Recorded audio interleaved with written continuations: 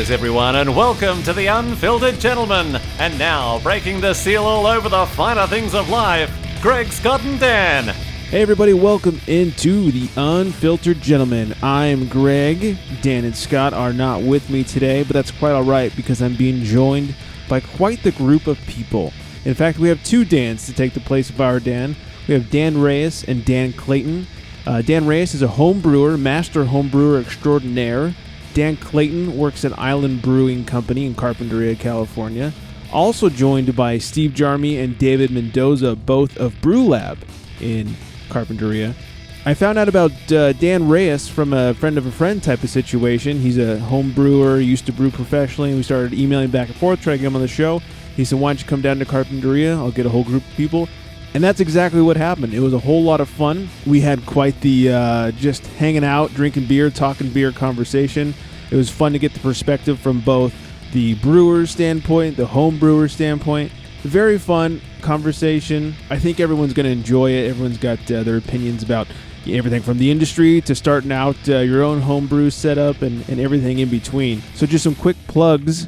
For us, you know where to go, theunfilteredgentleman.com, Facebook, it's Unfiltered Gentleman, Instagram, The Unfiltered Gentleman, of course on Twitter, at Unfiltered Gents. If you're looking for the Brew Lab, you can find them at brewlabcraft.com.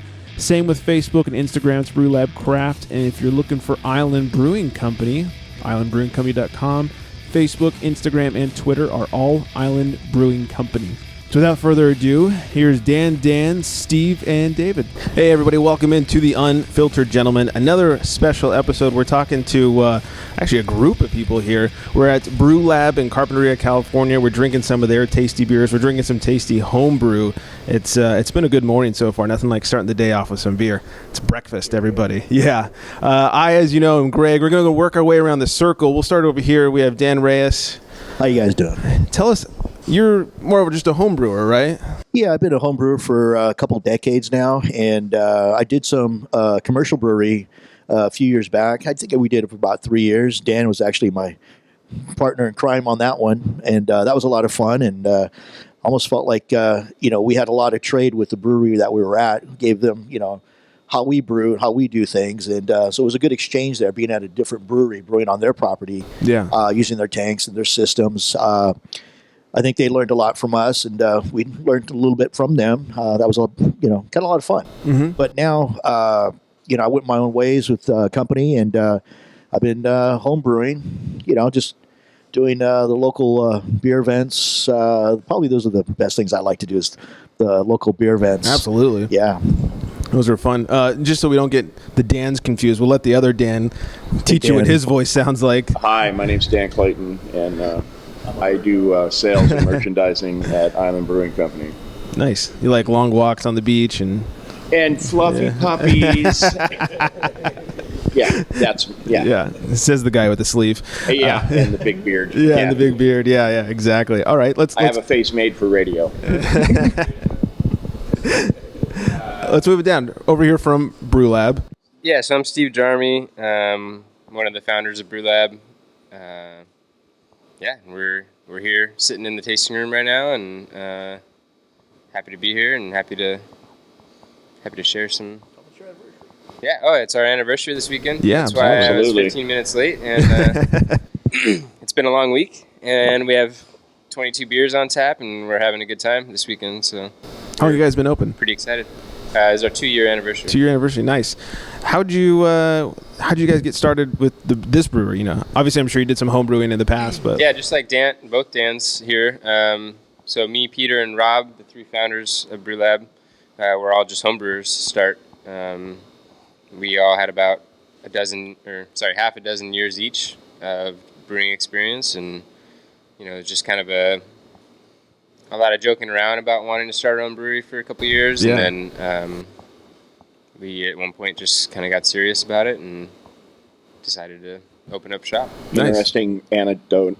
I met Rob at a solstice festival that they do in Santa Barbara. Okay. And they were doing a homebrew demonstration next to the booth where we were pouring beer for Island.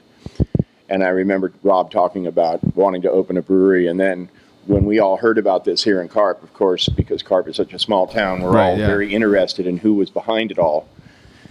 And so when I finally found out it was Rob, I had to kind of think that was pretty cool.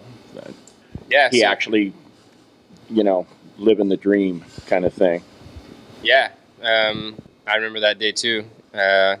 Just right there at Soul Food Festival, they have a beer garden where, all the local breweries had their tent, and then we were right there in the middle of all of them actually brewing a batch of beer as like a demonstration. Oh, like live on the spot. Yeah. Awesome. Very much so. With a hose stretched across the... Yeah, with the boil kettle going and That's awesome. The whole bit. Lots of scantily clad women helping out. Yeah. Thought that was a great thing. There's nothing wrong with that. Not at all. No. It was Beer cool. and That's women. like what Dan said. Like that's what's fun to us still. Now we have our own little shop here, but Yeah. it's still fun for us to go out and kind of demonstrate what it is we love to do. And Yeah, absolutely. We'll pass it down. Let's get everybody in here. I'm David Mendoza, brewer here at Brew Lab. Kind of do everything. Kind of in the right place at the right time, I guess you could say. Fire putter outer. Yeah. General all-around good guy. Who does most of the brewing here at the Brew Lab? yeah, so there's three of us here now. Rob is it was me, Peter, and Rob were kind of the three founders. And about 6 months ago, Rob kind of wanted to move on and pursue. He's got so many things that he's interested in. He just wanted to kind of go pursue some other things. So we brought Dave on. And I mean, a typical brew day includes all three of us, Nice. It's not a one-man or even a two-man job. Yeah, a it's three-man definitely job. not. It's a lot of work. On a brew day, there's typically, a batch to brew and a batch to rack, and there's just lots of stuff going on. So Yeah, walk us through like a typical brew day. You guys come in here, you open up shop. I mean, what's the process? yeah, we usually come in. There's usually one of us kind of picks to be the early person and come in and get started. That includes just coming in and weighing out the grain and getting ready for the mash. And then by the time we're ready to mash, usually the second person has showed up. And we'll start the batch, and then shortly after that, the third person will show up, and we'll all be here. And two people will kind of be more focused on the brew, and then the third person is either focused on getting the tank for the day cleaned, or racking a beer or kegging a beer, whatever kind of needs to happen. Mm-hmm. While we're brewing. Cellar work. Yeah, yeah. So it's usually like a 3-person day. Although some of us, every once in a while, somebody takes a vacation, and Sure. you can definitely brew. You can brew a batch of beer here on even one person. It's a little longer day, but we're usually all here on brew days. That's kind of we're closed on Monday, Tuesday, Wednesday here. Okay. And those days are usually kind of the production days where we're all here. And then we kind of split up the tasting room shifts on Thursday through Sunday. Nice, makes sense. All right, so we're all hanging out. We're just talking beer, nothing too fancy. So let's talk about what we're drinking right here that Dan brought us. Well, that's our Belgian strong ale called the Isla de Oro. And is this Island of you Gold.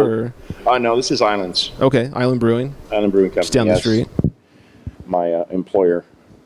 We don't normally do Belgian beers, but every once in a while we decide that we need to shake it up, and so we got together and came up with this one, and I think it's a pretty good one. Yeah, this is great, and it's got to be a little strong. 8.5%. Yeah, About 24 IBUs. That's pretty good for a Belgian. 8.5%. Yeah, Well, allegedly, but calls that an appetizer. It's not 1100. it's a warm-up beer. Mm-hmm. Everybody's got to have one of those. All right. I don't know who wants to start off with this. Maybe Dan over here. Why did you start brewing? There we go. Grab a mic. Well, actually, I started out as a home brewer back when I was 18 years old. I got it as a gift from a girlfriend's mother who, her son didn't come home for Christmas, so she gave me his gift, and it was a great gift because took it home. My father allowed me to brew it, and even though I was 18, he and I drank it together, and we just thought, wow, when's the next batch going to be done? Yeah. So I hadn't, I'll take some time off from time to time, but, I've just been brewing ever since. And it's just, it's in my heart and soul to just brew and make something that tastes better the next time, Mm-hmm. No drinking that yellow fizzy stuff. No, it's Hey, it's now. not that enjoyable. Nice. Maybe on a hot day. On a hot Yellow day. fizzy stuff has its place. Yeah. If the Yeah, wallet's this feeling a is little light. Belgian triples are what I think is a nice light yellow fizzy beer for me. Yeah, I'll take that Belgian yellow triple fizzy. any day. Yeah, not that yellow fizzy water. All right, so other Dan, not so much brewing for Island, but you're doing sounds like everything Well, else. I used to do experimental beers down there. When we decided to do a batch of beer, and we've never done it before, we would do a small scale batch, and then we would all sit around and troubleshoot it Yeah, and pick out what we liked and what we didn't like. And sounds then like we the fun part. Yeah, it is. It's the mad scientist part, Right. I like to say. quality control. And then once we figure out what we want to do, then we make the big batch, and that's kind of how this batch of beer here that you're drinking started out. Yeah, this is tasty. So what else are you doing? I mean, it sounds like you do everything. You got kegs cleaning Well, I mean, I and started lines out- going. Well, and- Dan was a home brewer for quite a I while. still am. Before. But, I mean, Dan actually was one of the guys that helped learn me up, so to speak. We built your first brew system Yes, together. we did. Nice. Yeah. But I kind of went about it not the wrong way, but most people will say you start out with a kit Right. and you the Mr. refine Beer your kit. process, and then you might go to mini mash where you got some specialty grains. I tried one of those and I didn't like the way it was, and their beer tasted better, and I asked them why, and they said, "Oh, it's all grain." And I said, "Well, then I'm going to do that." And they said, "Well, no, wait a minute." And I said, "No, that's what I'm going to do." So I went out and bought all the equipment, and I just sort of had a knack for it from the very beginning. I was like an idiot savant. Yeah, his first couple beers were just spot on, and just they tasted so good. I just couldn't wait to see what else he was Yeah. going to come up with. And I remember that story. You telling me that story, and how overwhelmed you were with it. Somebody would say that to you, like, I mean, doing all grain right off to the bat. There's nothing wrong with that. That's if that's what you want to do, then that's what you do. Why? But you have to. Why start doing it wrong the first way? Well, you have to understand your ingredients. I mean, and also using, DME or liquid malt. It's not bad, but it's been already boiled once, and then you boil it again, and you kind of, if the beer goes a little bit longer, it's kind of oxidized. So I liked all grain. It was fresh, and it was a lot of fun. It appealed to the mad scientist in me. Yeah. That makes Yeah, a if lot- you can afford the equipment for all grain, I would say start with all grain if you can afford it. Definitely. The price point, I think, is why I don't do my own, because everyone else does such great beers that I can buy for much cheaper than starting my own home brew. People ask me all the time, like, you have a show about beer, you talk about beer, you love craft beer, you go to all the festivals you can get to. Why don't you brew your own? Because everyone else does such a great fucking job. Yeah. And But trust me, once you do it, man, I'm telling you, it's there's nothing quite like cracking open one of the beers that you made, handing it out to people. And normally strangers is the bigger rush when you give your beer to somebody and they drink it. And oh they yeah, go, your friends are supposed to be nice. Well, see, that brings up a point that, if somebody makes a bad beer, don't tell them it's good, because then they'll make it again and you don't have to drink it. So, say it's interesting. but yeah, when you hand your beer to a stranger and you see their face light up, Yeah. it's a rush. Yeah, I bet. Yeah, actually, I want to touch on that point. That's always been, I don't know, something that me, Peter, and Rob have always enjoyed and have definitely come to like even more. Mm-hmm. Just having our own shop is, part of the brewing process is you're creating something. It's like an orchestra, and creating a beer is like an orchestra where you're changing different things throughout the whole process to create something, and then you're getting to share that with somebody. Yeah. And so that's always been, It's a beautiful thing. yeah, kind of something that It we've is. gotten off on. Really satisfying. Well, it's alchemy. You're taking ordinary ingredients and you're turning them into something magical that, most people don't understand. There's a lot of hard work in it. Oh, I imagine. Yeah. People don't realize, they just think we magically go in the back and start clinking glasses together and beer comes out somehow. And it's like, no, there's a ton of work involved. And to be honest, we can't wait every time these guys say, "Oh, we got something new coming." Oh yeah. It's like, we get giddy like little girls. Everyone's got their favorite brewery, and like one of my favorite local ones. It's very close to me is Five Threads, and whenever I see on their mailing blast, it's like, oh, we have this new one coming out. It's like, shit, I gotta get in there, you guys. Like this week as we're recording, they just tapped their new Hey, I'm Single Belgian. I was like, I gotta get in there and try it. And it's always fun, whatever your local favorite Great brewery name. is. Yeah, Hey, I'm Single. Yes. Yeah. Yes. Yeah, just like a little story about that. Dave actually just brewed his own batch of beer here at the brewery, a little 10-gallon batch for his cousin's wedding last weekend. Nice. Did anybody say it was interesting? But he said spectacular. Kind of like similar to what everyone was just saying right now, is that he came back in the weekend, or on the Monday after the weekend, and said, a comment to me that really resonated in my own mind, which was like, I was at the wedding and I looked around and everybody was drinking my beer. Yeah.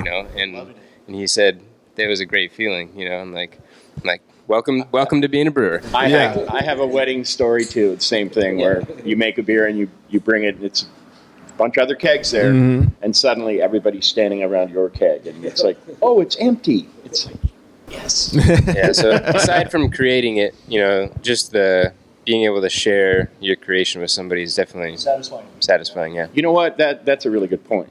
It's no fun drinking it yourself. Absolutely. Well, I very rarely drink my own beer by myself. Yeah. I want to be with people, and there's more community there than. I gave Dan a beer. Hold on, grab a mic. I gave Dan a beer like a week ago, and I asked him how it was. He goes, well, I haven't drank it. I don't want to drink it alone.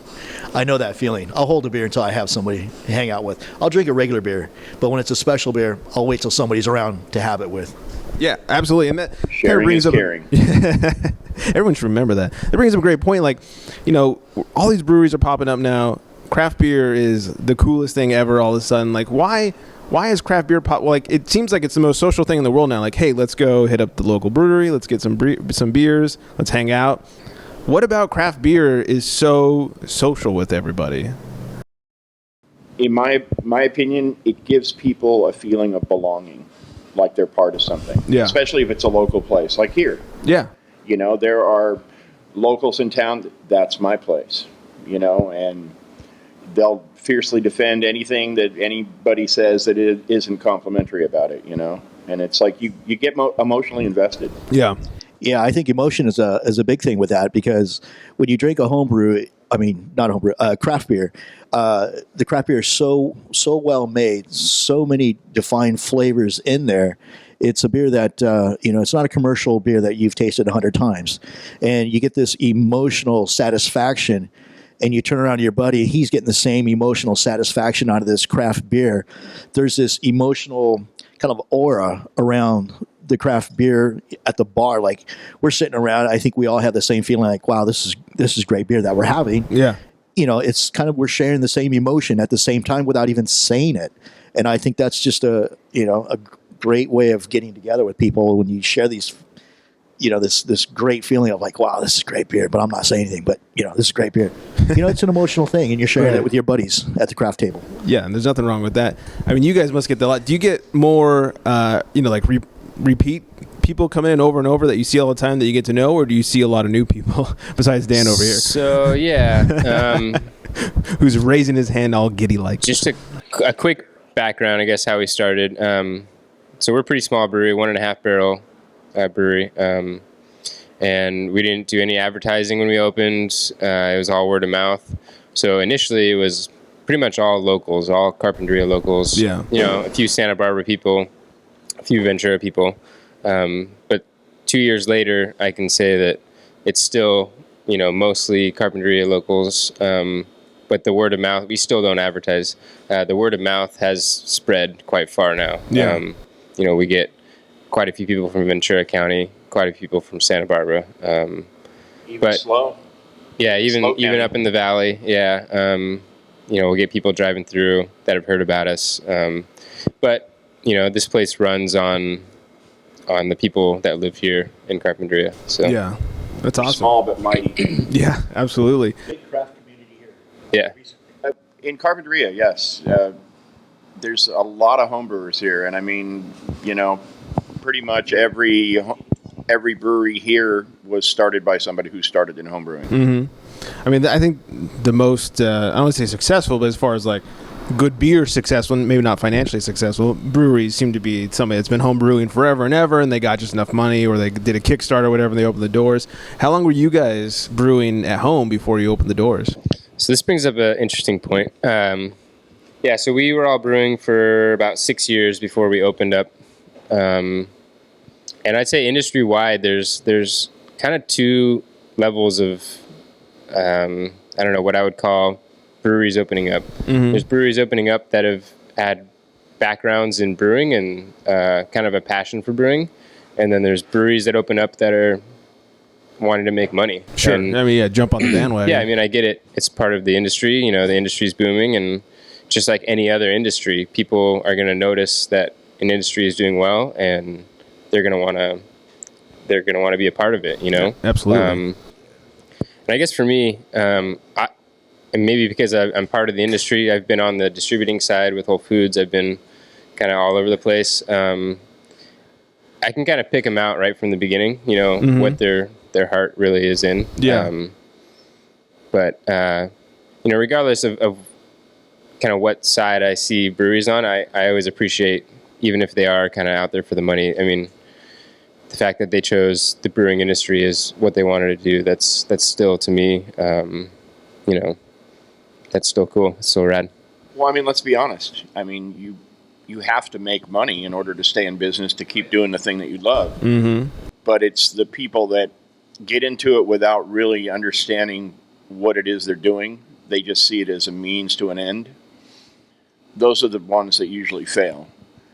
The people that have heart and love what they're doing, that translates over in somehow, it's an undefinable kind of thing where people can tell you love what you're doing, and that sort of contributes to the experience that they're getting from your place. And when you walk into just a place that's all about money, it's not the same feeling. Yeah, and I probably have a bias, to be honest. I mean, we started from a shoestring, right? You know, very low budget startup. Did you guys do any crowdfunding or anything, or just all your own money? We did Indiegogo about a year in. Okay. Try to help raise money to help us expand, because like Dan said, you know, you got to make money to absolutely, you know, to really survive. And you know, there came a point when we were all living really frugal, and I'll be honest, you know, a couple of us were living in our vehicles, and you know, there came a point when we were like, you know, we really need to get on this and try to grow a little bit so that this can be something that supports us, you know. Pay the rent. You know, instead of just having fun with it, it was like, you know, how about we have fun and it supports us, you know. So the aha moment. Yeah, so you know, I probably do have a bias. You know, I walk into a 30-barrel brewery that's everything's brand new, and you know, their bars. That's the startup now. Yeah, it's the 30-barrel with a distribution deal already in his pocket. Right. You haven't even made a barrel of beer yet. Yeah. But you know, like I said, I understand both sides of the coin, and you know, I don't disrespect those places. I'm actually good friends with people that own breweries just like that. So yeah. And hell, I mean, if you can make money doing it, that's awesome. Totally, yeah. Yeah, and it was cool. You know, like I mentioned, I was up at Earth and Fire a while ago, and I was talking to those guys, and they just opened a couple, about 2.5, 3 months ago. And I asked them, I said, "Are you guys making money?" He says, "The business pays for itself." And that's like the coolest thing in the world to hear. Like, you guys are not, you know, your wives aren't out working real jobs, and you're not taking money from them to brew your beer. Like, you guys are really paying for yourself, and that's awesome. If you don't mind me asking, is the business paying for itself here? Oh yeah. The brewery is sustainable. You know, Dave is our single employee. You know, it's me and Peter, and then employee the owners, one. and Dave's our employee, and he actually makes the most money out of all three of us. So, yeah, we're okay with that, and you know, this is the first time. You know, like I said, we were home brewers before. We know how to brew beer here. We're still learning how to run a business, so you know, that's part of it too. Different things. Yeah, absolutely. That must be hard. You come in, you're like, well, I brew a hell of a beer, but I don't know anything about taxes. You know? Oh, yeah. And I do a little distribution networks or yeah. anything else. Yeah. Well, and probably the one thing people don't realize the most is trying to open up a brewery. You got to go through some hoops and dance naked for the government and do all kinds of stuff just to open up your doors. Yeah, I actually had to quit my job because I worked for Whole Foods and I was the wine and beer buyer. Okay, nice. And the alcoholic beverage control, which oversees, any establishment that has alcohol, didn't like the fact that I was a buyer for Whole Foods, which is a big Right. business, and that I was going to open my own brewery. They thought, they thought that I was going to buy my own beer pretty much. Nepotism. I mean, little did they know Yeah, that, a absolutely. 1.5 barrel brewery is barely enough beer to support your tasting room. So it's Right. like, Yes. Well, they don't care either. yeah, I mean, they didn't understand the scale that we were at, and they didn't understand kind of our whole get up. But yeah, it was interesting that they actually did make me leave my job, which is, And we're glad you did. yeah, it's probably a blessing in disguise because, I was working there 40 hours a week, and then I would spend my other 40 hours a week working here at the brewery, and that really pushed me to just be here and to just focus on here. So Yeah, so it's not such a bad thing in the end. yeah. We'll throw this one to Dave, and he can start us off. What's your favorite beer style to brew? Crap. Yeah, seriously. I guess my favorite would have to be a Gruit, just herbal ale, hopless, something funky probably. And is that your favorite because you like the taste the best, or because it's the most fun to to pull out? Or both really. Yeah. I mean, it's you could be incredibly creative with what you put into the beer to get your flavors. Sure. So you can put anything in there and just have fun with it. It's like a vodka. You put whatever you want in there. Yeah. Make And then alcohol. also, it's like the taste is usually like no beer. Yeah, it's super different. Yeah. Yeah. It's amazing. How do people normally react to that? Most people have kind of a shocked look, but most of the time after they have it, they're super stoked on it. Yeah, because I would imagine most people who aren't like super into craft beer are like, a what? Yeah. A who? I don't know Yeah. what the hell you're talking about. Well, a lot of people come in here too and like won't even look at the board, the menu. Oh, yeah. And they'll just be like, "What IPAs do you have?" Like, Right, because what's the IPAs are most super cool. hoppy beer that you have, and we're like, Yeah, sadly, IPAs are super cool. It's Yeah. kind of a bummer that they got that popular because now everybody just wants to make those. "Yeah, seriously." I'm more with you, Dave, that The industry will change. it will. Yeah, it'll the IPAs Yeah. will People make it eventually change. The never, IPA they'll never bubble. fade out, but there'll be another style that becomes popular, and I really see kind of Belgian beers and like sour beers being the next IPA. Well, I mean, sour beers already kind of have. Yeah. I mean, it's kind of ruined them too because the price point on them has gone up by 75%. Where all of us a couple years ago that liked sour beers, we could go in and, oh man, it's like $7 a bottle, sweet. And then you go in like 2 years now and it's like, oh whoa, $18? No, I don't know. Yeah. So Yeah. sometimes a beer being popular can somewhat ruin the accessibility factor of being able to enjoy it. Yeah, the only thing that happened with IPAs, it seems like, is everyone was in this race to make it as bitter as effing possible. And it was like, hey, can we kick you in the teeth with hops? And it seems like finally people have backed off and realized that we don't need to do that. We can actually make an IPA that tastes good and is well balanced. Well, you don't also. want to blow your palate out. I mean, Right. like, Try having that with food. I mean, yes, it's like, yes, I can make your food hot, right. but how much of it can you partake of? Yeah. But yeah, Gruits are nice. The spectrum of what you can do with them is, a lot wider than most other beer styles. Kind of a bigger canvas. What would you say? Here, keep the mic for a second. What would you say was your biggest fuck up in brewing? Like, what was one you were just super excited for, and you're like, all right, here we go, we're gonna try it. And you take a sip, and you just What's funny is total spit take. I fucked up pretty hard this week. It was the second Good timing.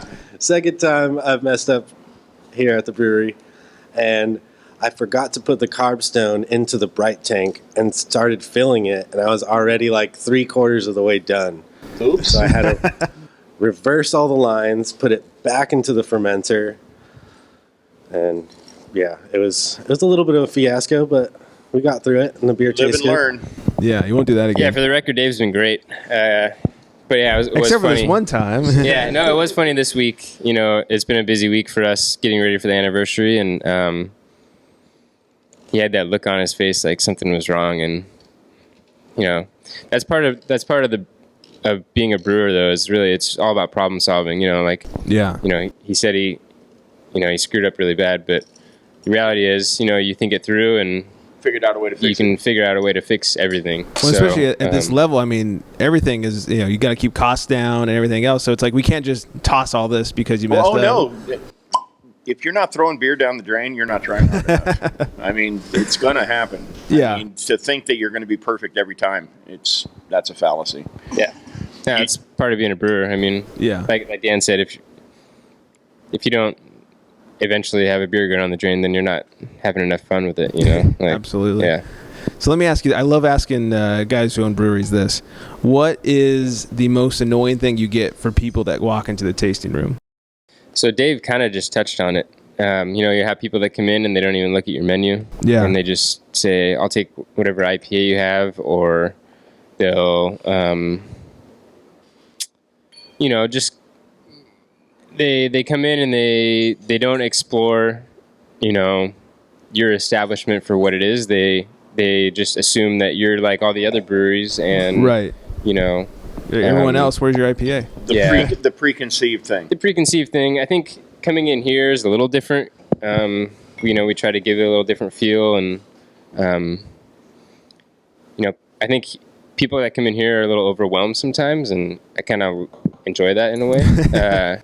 You know, they'll come in and they'll look at the board and they'll just kind of be like, I like light beer. You know, like people be like, you know, kind of asking for help, which I actually like, because anytime that I can steer someone in a direction that they've never been, or, you know, the first thing I usually ask people is, what kind of beers do you like? You know, and then based on their answer, I'll be able to kind of help them out. Sometimes I'll even ask them, like, do you drink wine? Do you drink champagne? Do you drink, Right. you know, and that'll really kind of give me a grasp of their palate. And then from there, I can kind of help guide them towards something. And I always like, you know, people come in and be like, okay, have you ever had a sour beer? Have you ever had a Belgian beer? You know, and when they say no, then the lights my fire up. I'm like, sweet, you're gonna taste your first sour beer today. Try this. You're Oh, gonna wait, taste your no, try first this. Belgian beer No, today. You know, that's a great point. Yeah. Is that instead of trying to give them what they expect, you try to open their minds with your skill at what you do. Yeah. And I mean, this place is a great example of that, is that you walk in here and you're not going to find anything regular at all. And that's what most of the locals, and myself included, love about this place is, what are they going to do next? Yeah, what was I drinking earlier? The Lilikoi. That was not normal, but that was fucking delicious. I mean, You want to talk about that one? yeah, talk about it. It smells. favorite one here. I mean, it smells like you're about to drink like some lemonade Kool-Aid or something, but it obviously doesn't taste like that at all. It tastes amazing. yeah. So the one he's talking about is called the Lilikoi Passion. Lilikoi just means that's what they call passion fruit in Hawaii. So it's a 50-50 beer. So we use 50% wheat, 50% rye, which is pretty uncommon. You know, a traditional wheat beer would be like 50% base malt, 50% wheat. But because of our small system, we're able to not really worry about stuck sparges and stuck mashes, and we're able to use high amounts of both wheat and rye. And a big system would make a big pot of glue. Yeah, in a 15-barrel system, you know, you'd really deal with some messes, but you know, our system is so small that we're able to get away with it, and it's nice. It gives a really different flavor profile, and then just like a lot of our beers, we pick the passion fruit just local here. Oh, nice. At a friend's place, so I don't recommend passion fruit processing. It took about Labor intensive. it took It's like a whole 6 hours. it was a full black trash bag full of passion fruits, and it took the entire day to get about a gallon of passion fruit You're just like juice. hand squeezing them or what? Yeah, I actually was sick that week, so I didn't have to do it, but I heard it was quite a day. cutting them open, and we didn't want the seeds in the beer, so we filtered out the seeds, and it was a process, just like any. I mean, we put in a lot of our sour beers, they have fruit added, so there's always like a processing aspect, whether it's peaches or passion fruits, or there's always some kind of processing day. Loquats, yeah, that's a fun one too. I would think it was comparable to peeling the Buddha hand. Yeah, anytime you add fruit, especially for the brewing process, sometimes a fruit has a skin or some kind of component about it that you don't really want. That can add an off flavor or something to the beer that you don't want, and you have to get that off. So. Yeah, I mean, that makes sense. That's even just bringing it down to something simple. If you want orange in your beer, the orange fruit tastes different than the orange zest. So you may want to take one or the other. Yeah, the white part between the fruit and the peel is the pith. Yeah, it's pretty bitter. Bitter. Yeah, you probably don't want that in your beer so much. Although I did make a beer once for a friend who was allergic to hops, and I used the pith from an orange to give it bitterness, and it actually worked. Interesting. I made a saison that way. I once made a cherimoya wheat, and I know the process for certain fruits are depending on what fruit it is, could be a lot more labor intensive. But I would say the cherimoya has probably been the most challenging as far as fruits added in beer. Definitely the cherimoya was top of my list of the most work. All right. What were you going to say? That IPA that we were talking about for the wedding a couple weeks ago, actually, I had messed up the boil and I had gotten my additions wrong. And it was way, way, way under the bitterness that I was shooting for. Whoops. But when I dry hopped with hibiscus and lemon zest, I just added a bunch of the pith as well.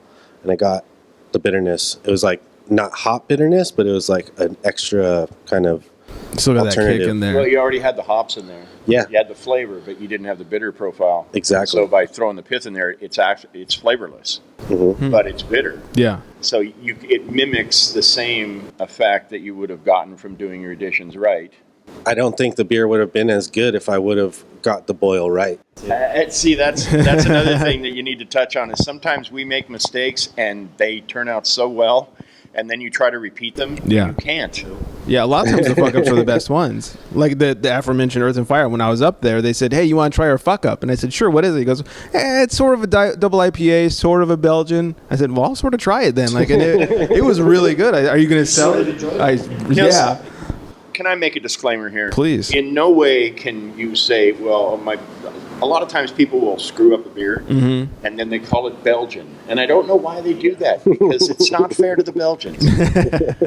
I guess they mixed their line. They actually got some of the Belgian into the IPA, and that's well, I mean, like some people will ferment their pale ale too hot, and it gets a little phenolic, and for some people they think, oh, that's a Belgian flavor, and it's like Because they still have to make money on that batch of beer. Exactly.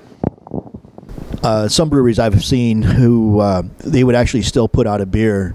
I don't see it as common anymore like I used to. About 10 years ago, you would go to a craft beer place, brew pub, and they would serve a beer that just should not have been served. And I think that was the big reasons for they got to make money. They just can't flush it down the drain. But I see a lot of that is not happening anymore. I think people are more, they're more educated. The brewers nowadays are much better. Amen. You don't see so many tanks going down the drain, just draining them like they used to back in the old days, about a decade ago or so. And once in a blue moon, I would go to a craft beer place and say, wow, they would have been better to just dump this. But they have to make money still. So see, that's a really good point. But that's our audience has become way more educated. Yes. As to that as well. As to what is going on, so you can't pawn something off on people like you used to be able to. Well, and something you guys brought up a second ago was, you fucked up, just call it a Belgian. Belgians sort of got this bad name for a while, where Yes, it's they like, did. oh, Belgians are like the stinky socks They of taste beer. bad. Yeah. And it's like, no, I don't want to drink a Well, Belgian. it seems like people are starting to wise up to that and like, oh, we got to make a good Belgian now because we're tired of this crap where it was just an F up and here's your Belgian.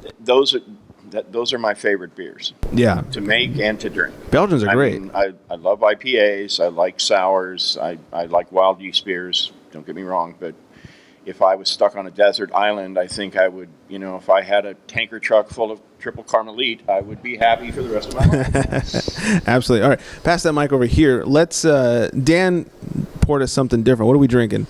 This is actually a what I call a Belgian Winter Abbey. It's about 11.5%. Yes, it is. It tastes almost more like a barley wine. It's probably about 3 or 4 years old. I would say it's more like a barley wine, but it is, I made it with Belgian yeast. But I like the way it came out. I wish it was a little bit more carbonated, but when you get beers that are this highly, alcoholic, you don't really get that carbonation like you would with typical Belgian beer. But when you get it to the barley wines, 11% or so, you just don't get that carbonation. But if you know a good barley wine, if you know a big Winter Abbey, like 11.5%. Did you make your own candy sugar? That's what Yes, I did make my own Belgian candy syrup on this as well. I think 3 pounds of Belgian candy syrup went in this. Underappreciated First, skill. The first one, I kind of burned it down a little bit, give it some caramelization, and then I added another 2 pounds to just give it the alcohol and, just rounded it off. So there is a fine balance. Even when you add your sugars, your starches, any adjuncts, you still have to be, concerned about what's it going to taste like at the end product. So for this, 1/3 of the Belgian candy syrup was caramelized, darker. It was kind of has a little burnt taste to it. And then the other 2 pounds for the 5-gallon batch was, not. So I can get that fine flavor that didn't taste, overly, toasted on that sugar. Yeah, and this has very similar characteristics. Wow, 11% to Sticky Monkey. Yeah, Yeah, like the caramelization. It's got some of those burnt sugar. Yeah, exactly. And this caramel, toffee kind of things going on. Yeah, and this was boiled for an hour and a half too to get some of that caramelization, some of that, little caramel burnt flavors as well in the kettle. Yeah, this is great. Generally, making your own candy sugar is kind of the way to go if you're a home brewery. I mean, you can buy it. Well, you can still do it at a a commercial level.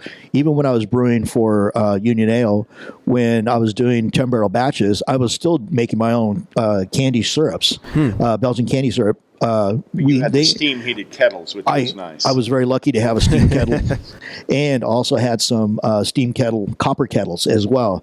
You can make candy out of those. And when I saw those at the brewery, I said, I know what I'm doing with this. That's like using a double boiler. So I made my own Belgian candy, which just brought that beer that much higher in flavor, which was amazing. Nice. I have some listener questions that I want to get to before we run out of time. So let me get to those right now, and anybody can answer these. These are pretty universal. So let's start off. Dale wants to know: do you guys have any tips and tricks for starting out home brewing? She says she wants to start soon. Well, I would say if if you can't afford or even have the room, because again, space could be a big issue. Whether you can have an all grain system, it takes up a lot of space.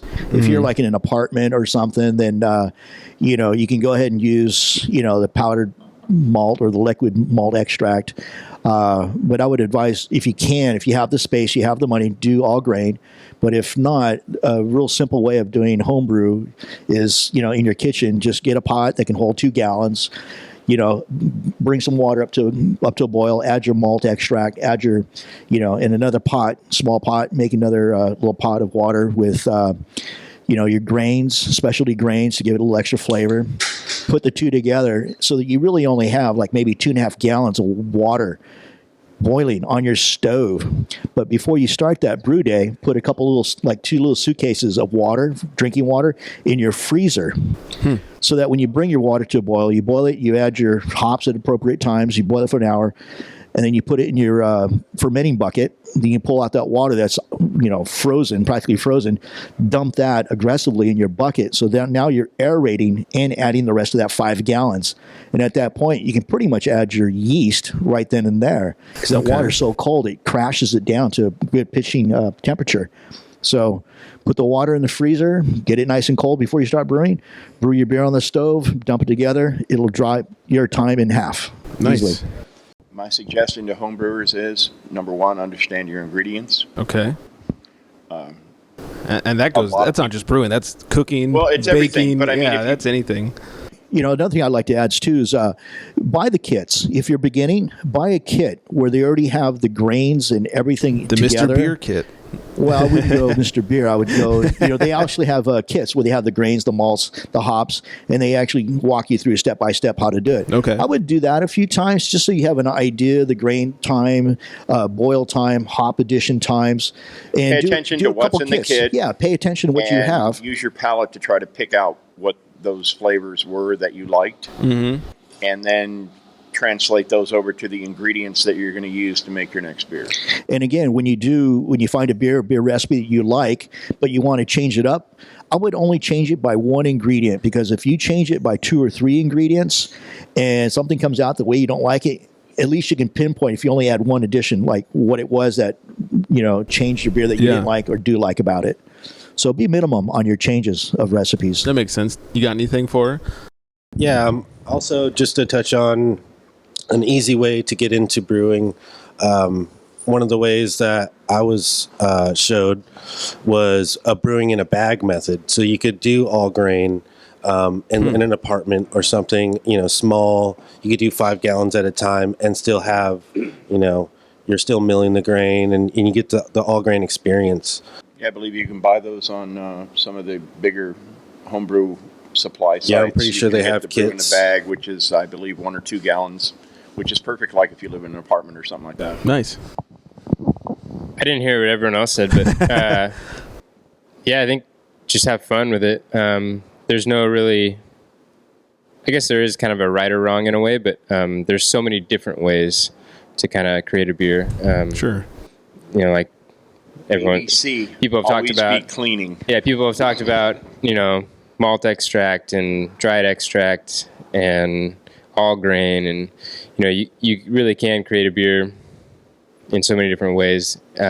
What Dan just said is kind of the biggest point, which is, as long as you're keeping everything sanitary. That's 90% of your beer. I mean, a brewer, any brewer, home brewer, commercial brewer will tell you that dry malt extract or liquid malt extract beer is probably not going to taste as good as a all grain beer. So I agree with both Dan's, and if you can afford to, or even what Dave said, to brew in a bag, grains definitely give off a flavor profile that a dry or liquid malt extract isn't going to give you. More individual flavors.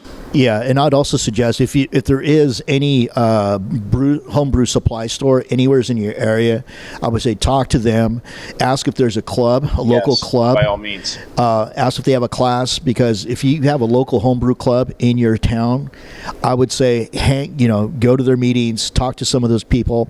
A lot of times they'll want to go to your house and help you brew a better beer, or you can go to their house and they can show you how they do it. That way you can pick up some really good habits, good time frames, and how to make brewing just a more enjoyable time, for sure. Ask questions. Ask questions. There are no stupid questions. Just stupid people. Trevor wants to know, bottles or cans? Definitely bottles for me. If you're home brewing, bottles. Okay. Commercially, cans are the way to go. And does it stay better in one or the other? It doesn't get light struck. It doesn't oxidize In the cans. in the cans. Yeah.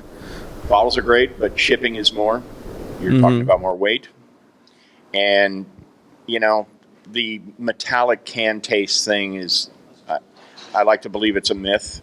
Yeah. Because I've done side by side with same beer in can and bottle, and I've asked people to pick them out, and they usually pick the bottle as the can. So I think they're just guessing. Yeah, I think so too.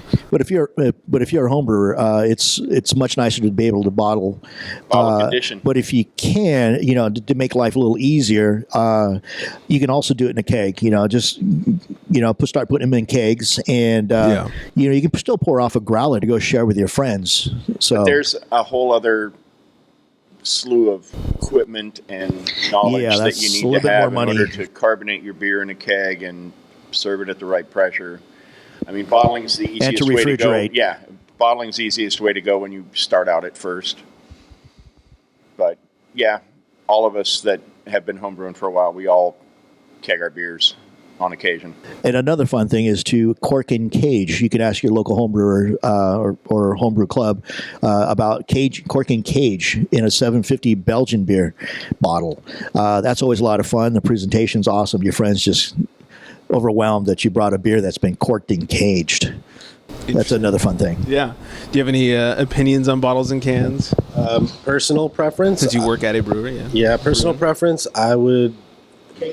Yeah, definitely keg everything for sure. Personal preference, but I love the way bottles look. I mean, we're looking at this bottle of Rodenbach right here, and it's just, I don't know. There's something about it. It has curves and it's sexy. Yeah. Presentation. Yeah, and then on top of that, it's corked and caged, and it just has this appeal to it that I love. Cans are fun though because you can throw them in your backpack and crush them.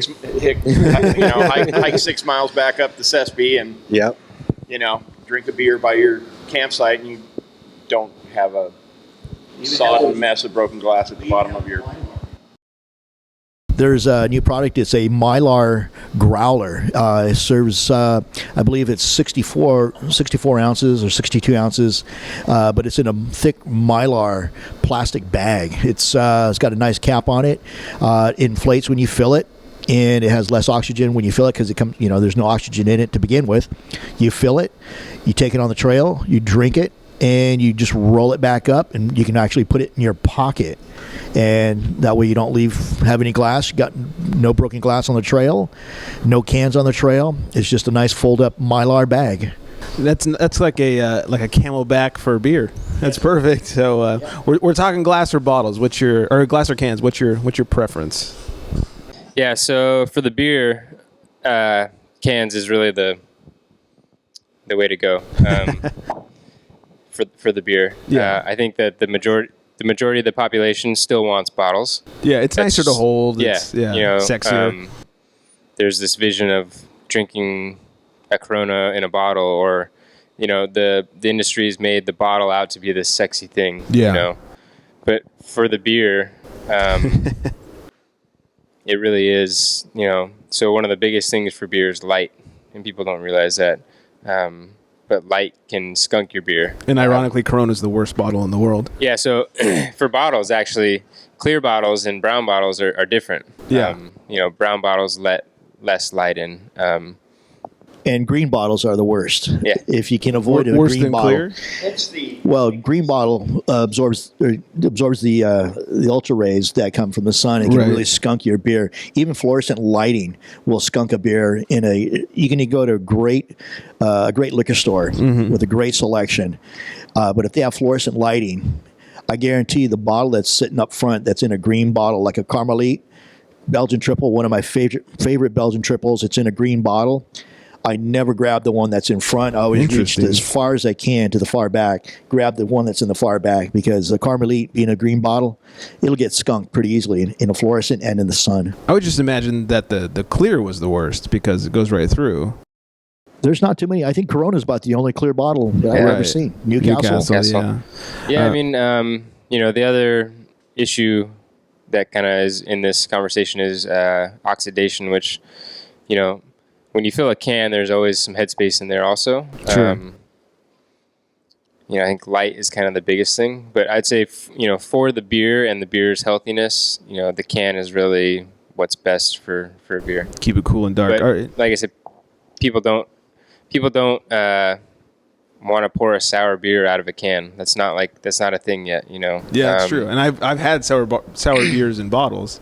I've never had a sour can before. Yeah, I think Anderson Valley has the Goza. They got the Goza in the can now. There's a couple out there that have started canning some sour beers and things like that. But I guess as sour becomes more popular. Yeah, you'll probably see it more just like IPAs. Well, it's a prejudice too that a lot of people have that they just can't wrap their heads around the fact that beer in a can is going to taste better than beer in a bottle. Well, you think beer in a can, you think Budweiser, Miller, something like that. You think shit beer. Well, a lot of people go back to when I was a kid, I grew up with zinc cans, with the welded seam on the side, and you had to use a church key to pop the tops open. Oh, man. And those were pretty terrible. That was pre-World War II, I think. Hey, let's be nice. Also, there was a conversation I remember years ago when cans first started coming out, and a couple of brewers were considering doing cans. There was a big, whoop-de-doo about, well, how efficient are canning? How does cans affect the planet as far as what's better to produce? Is it better for bottles or is it better for cans? Because I know some people were saying that making aluminum cans used up a lot of energy, did a lot of pollutants to produce that. Sure. That a lot of people did not want to go cans because of what it does to the environment. That's kind of quieted down quite a bit. I haven't heard much, opposition on one or the other. But I think it I'm was all wondering the if Prius owners. yeah, I'm wondering how they Steve realized feels their about that batteries were question. If he remembers killing the earth. those arguments back in the old days about that. As far as I know, glass is still the best reusable. Compared to. I mean, you can compared reuse to, it as is. You just clean it up. If Well, there's you no had loss to. in it when you recycle Right. it. There's loss when you recycle aluminum cans because you have to melt them back down, and when you melt them down, in the heating process, you lose some of it to the air. Makes and sense. the actual process of doing that, you're actually, I think it's a little dirtier than glass. Yeah.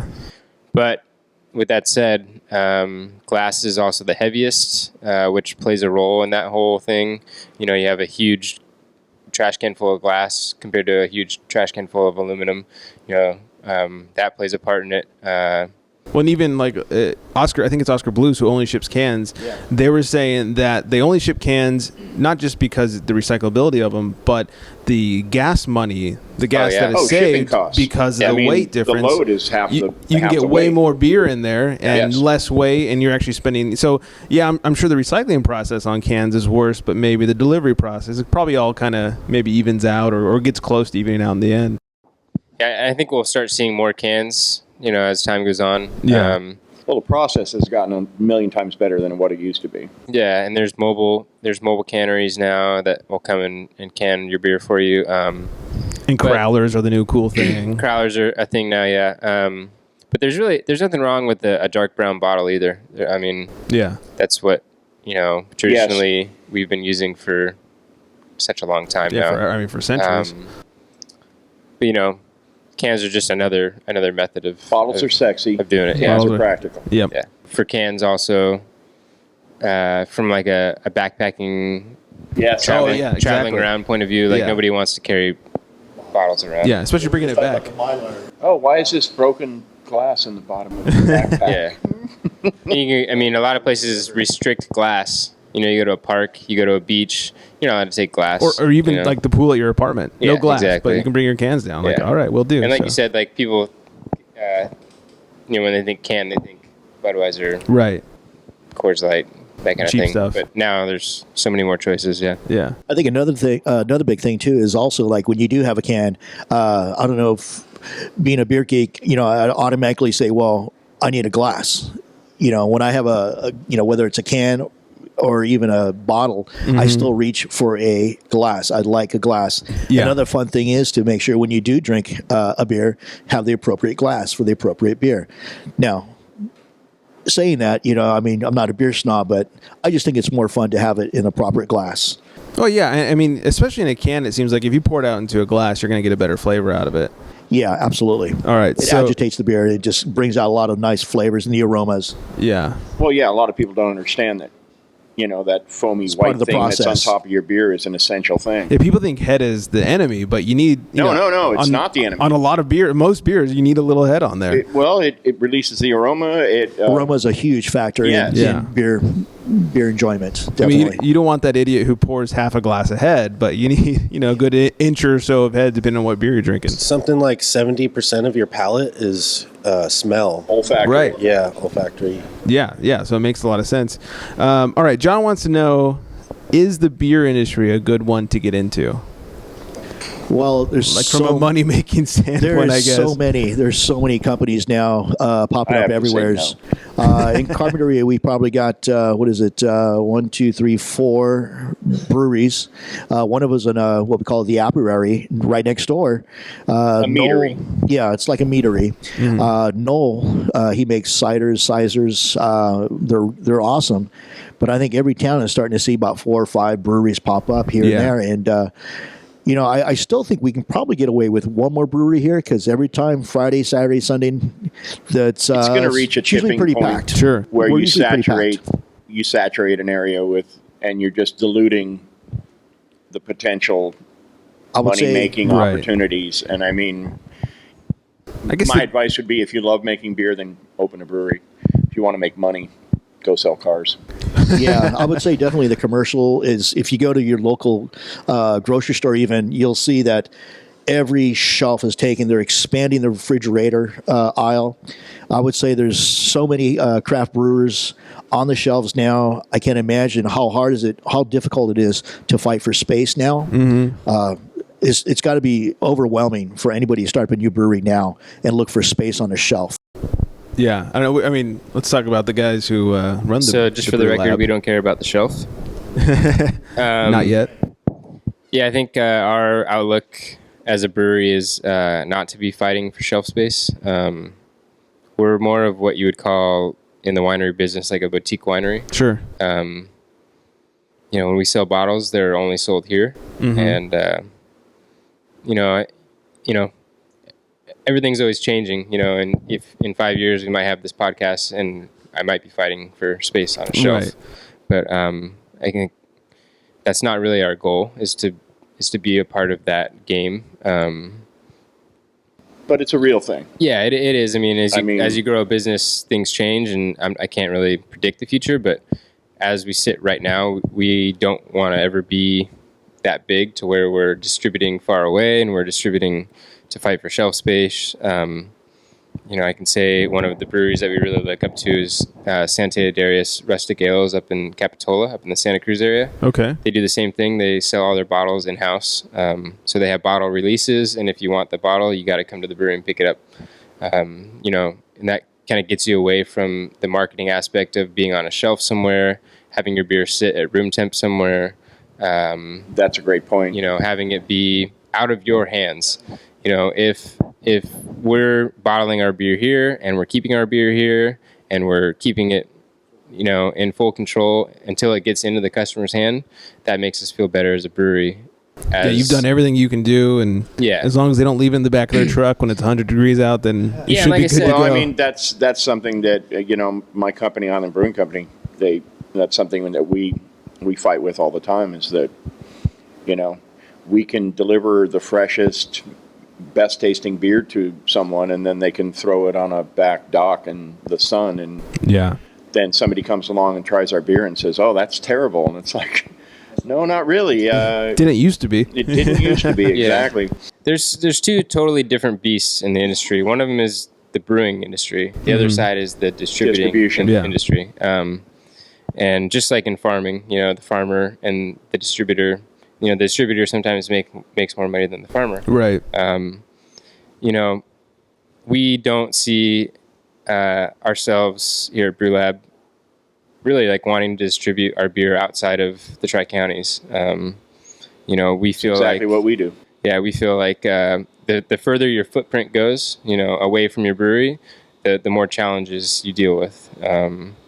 More opportunities for bad things to happen to your beer. Yeah, right. And I think we're also not trying to be a big brewery. We're not trying to be a huge production brewery. So, if you're going to be a 120 barrel production brewery, you better have accounts and you better have the distribution to get rid of all that beer in a timely manner and get refrigerated it in people's hands. vans, cold storage. We don't want to deal with that. We just want to brew beer.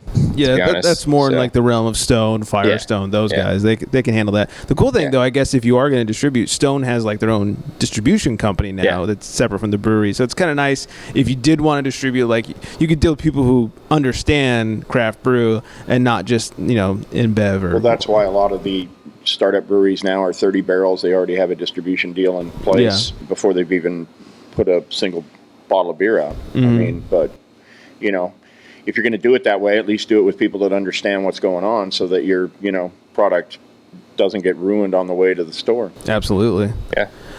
All right. We are kind of out of time, but let's do one last loop here. Dan, you work for Island Brewing Company in Carpinteria, California. Come check them out. You guys plug Brew Lab a little bit. I'm David, and I'm here at Brew Lab most days. Come by and check us out. He's a Also in sexy carp- beast. He is, dude. I can't stand up.